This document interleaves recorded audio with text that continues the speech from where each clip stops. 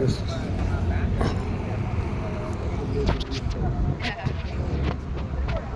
నమస్కారం. మనతో సింగర్ నేతాజీ గారు ఉన్నారు. ఒకసారి మాట్లాడదాం. నమస్తే అండి, నా పేరు బొడ్డేపల్లి నేతాజీ. నేను శ్రీకాకుళం నుంచి వచ్చాను. ప్రపంచ తెలుగు మహాసభలు అనే ఒక థాట్ చాలా గొప్పది.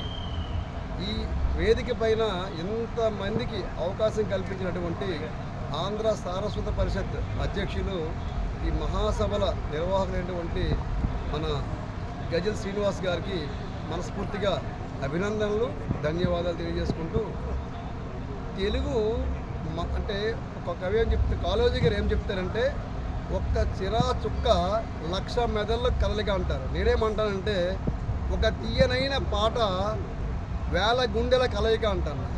ఎందుకంటే ఒక కమ్మని పాట కానీ మన చెవిలో పడితే ఆ మధుర గానం ఎట్లుంటుందంటే గుండెలను హత్తుకుంటుంది, మన నుంచి మరింతమందికి వెళ్ళాలని చెప్పేసి కోరుకుంటుంది. కాబట్టి తెలుగు చూసినట్లయితే చెలియో చెల్లకు అనే పద్యం కురుక్షేత్రం ఉంటుందండి.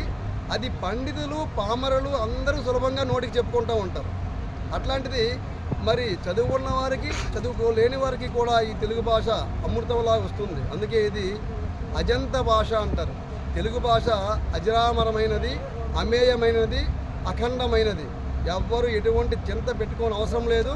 తెలుగు భాష ఎన్ని జన్మలెత్తినా ఇట్లాగే పదిలంగా ఉంటుందని, తెలుగు పాట కూడా అంతే మధురంగా ప్రవర్తిల్లుతుందని చెప్పేసి వర్ధమానం చెప్పేసి నాకు ఈ అవకాశం ఇచ్చిన మీ అందరికీ కూడా మరొకసారి ధన్యవాదాలు తెలియజేసుకుంటూ థ్యాంక్ యూ వెరీ మచ్.